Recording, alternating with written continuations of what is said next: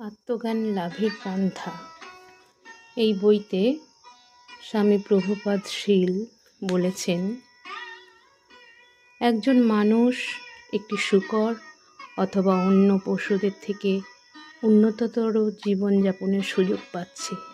কেন? একজন উচ্চপদস্থ কর্মচারী কেন একজন সাধারণ কেরানির চেয়েও বেশি আর্থিক সুযোগ সুবিধা এবং সুখ স্বাচ্ছন্দ্যপূর্ণ জীবনযাপন করেন? তার উত্তরটি খুবই সরল। উচ্চপদস্থ কর্মচারীকে একজন সাধারণ কেরানির থেকে অধিক দায়িত্বপূর্ণ কর্তব্য সম্পাদন করতে হয়। তেমনি মানুষকে পশুর থেকে অধিক গুরুত্বপূর্ণ কর্তব্য সম্পাদন করতে হয়।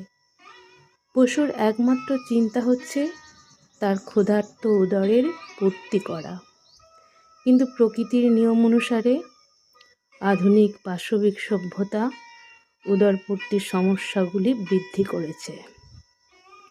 আমরা যখন এই রকম মানুষরূপী পশুদের কাছে গিয়ে পারমার্থিক জীবন গ্রহণ করার জন্য আবেদন করি, তখন তারা বলে যে তারা কেবল তাদের উদরের তৃপ্তির জন্যই কর্ম করতে চায় এবং ভগবান সম্বন্ধে অনুসন্ধান করার কোনো প্রয়োজন আছে বলে তারা মনে করে না।